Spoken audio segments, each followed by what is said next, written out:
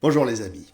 Aujourd'hui, je voudrais vous parler des conflits en public, c'est-à-dire que je voudrais vous parler de ça. The fact is that everything he's saying so far is simply a lie. I'm not here to call out his lies. Everybody knows he's a liar. People understand, Joe. They sure do. 47 years, you've Jo- done nothing. They understand. Oh. You graduated either the lowest or almost the lowest in your class. Because you weren't president screwing things up. Et ça, qu'est-ce que c'est? C'est un conflit en public, c'est-à-dire on parle bien de conflit là, hein, puisqu'on parle de un ajustement nécessaire. Ils ne peuvent pas être tous les deux présidents, c'est sûr. Et donc il y a un conflit, mais surtout, ça ne se passe pas dans l'anonymat, ça ne se passe pas en huis clos, ça se passe devant les millions d'Américains et même des millions de gens dans le monde. Et je voudrais voir non pas ce qu'aurait dû faire l'un ou l'autre, je ne suis pas là pour commenter le monde, vous vous souvenez, mais je suis là pour en dire ce que ça m'inspire et peut-être voir avec vous ce que nous pouvons en tirer dans nos propres conflits, et notamment dans ces conflits publics que nous pouvons rencontrer dans nos entreprises et nos projets.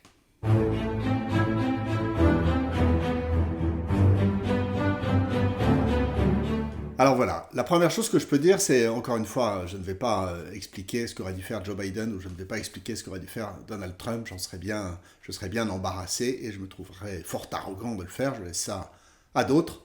Mais un peu regarder qu'est-ce qui s'est passé et quelle est la situation.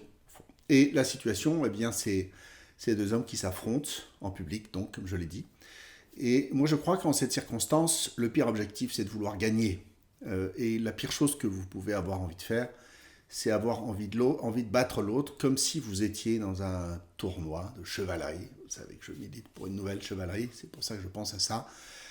Comme si vous étiez là, dans une lice, devant tout un parterre de gens, voilà, devant le roi peut-être, la reine, le roi Arthur, vous imaginez, la reine Guenièvre qui vous regarde, et vous êtes là, dans votre boîte de conserve, sur le cheval, avec votre lance, et va gagner celui qui va mettre l'autre par terre.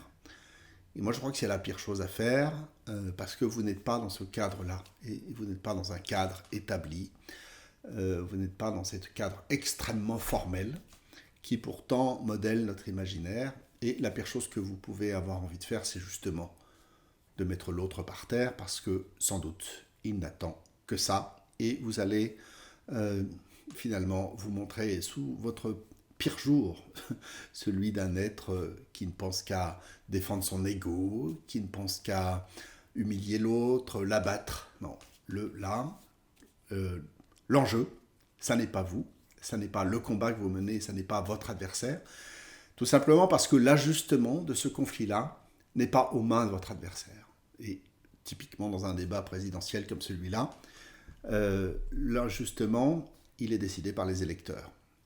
Alors aux États-Unis, le système est particulier, mais malgré tout, c'est quand même un système avec des électeurs, même si c'est indirect. En France, c'est au suffrage direct, et c'est encore plus patent. Néanmoins, là, c'est les électeurs. Et Joe Biden, d'ailleurs, ne s'y trompe pas. On le voit, il s'adresse la plupart du temps au public. Et qu'est-ce qu'il dit au public? On peut imaginer, en tout cas, moi, ce que je vois, c'est qu'il essaye d'avoir une posture d'homme présidentiel, et il essaie de montrer qu'il ne se laisse pas faire. On a deux, trois répliques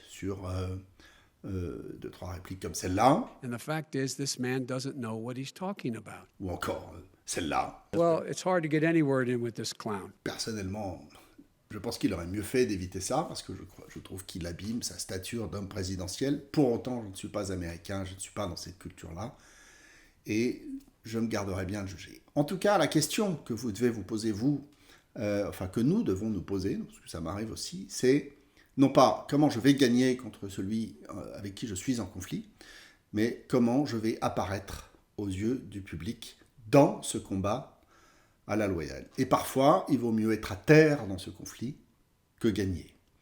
Qui essayez-vous de convaincre? Quelle image de vous essayez de donner au public? Et on peut aussi regarder Donald Trump, qui a l'air d'être... évidemment, au premier degré, on peut trouver qu'il a un comportement totalement irrationnel, que ça ressemble à rien. Il coupe la parole, il se montre d'une certaine façon grossier. Mais rappelez-vous qu'il a une base indéfectible. Rien de ce qu'il pourra faire ne pourra empêcher les gens qui sont ses fans de voter pour lui. Et même, plus il va loin, plus il a de fans. Ça, c'est aussi un fait bien connu, c'est qu'à partir d'un certain degré d'engagement, ce qui peut nous sembler le pire de l'extérieur est finalement un facteur d'engagement supplémentaire pour ceux qui sont, pour les militants finalement les plus engagés.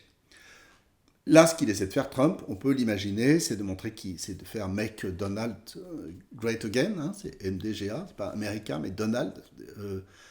Récemment, il voulait sortir avec un t-shirt Superman de l'hôpital. Voilà, donc son but, c'est d'apparaître comme tout puissant. Et par opposition, c'est de montrer que Joe Biden est faible, n'est pas du tout, n'a pas la stature, en tout cas n'a pas sa puissance, n'a pas sa force, et d'une façon générale n'a pas la stature d'homme présidentiel. Et donc tous les moyens sont bons, parce qu'il n'a rien à perdre du côté de sa base, et il a tout à gagner à essayer de déstabiliser Joe Biden. Alors, qui a gagné, qui a perdu, ça c'est une chose finalement un peu difficile à trancher, j'en serais bien incapable, honnêtement, mais je trouve que les leçons qu'on tire de ça, c'est, encore une fois, n'essayez pas de... Le but n'est pas de gagner, le but c'est de marquer des points, et le but c'est de regarder le potentiel de la situation, quels sont les effets leviers pour faire bouger la situation, où est-ce que vous avez envie d'agir, et quels sont les moyens les plus appropriés.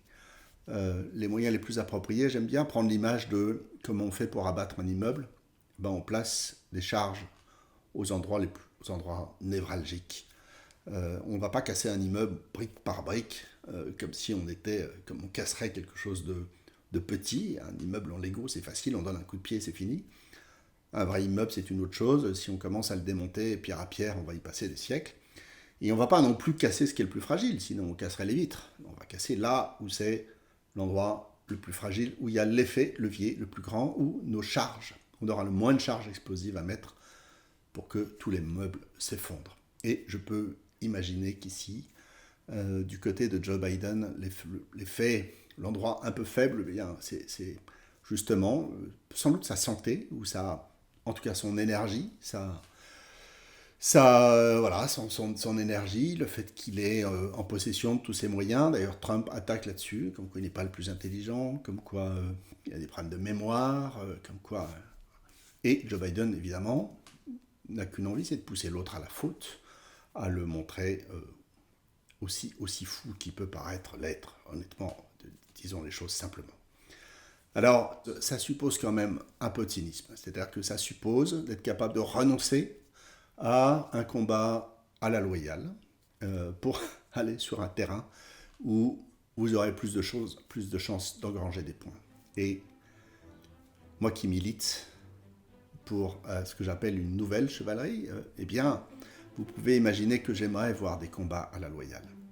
Je crains hélas que nous avons les politiques qu'on mérite et non pas des politiques les meilleurs qui soient. Voilà, c'est la fin de cette vidéo.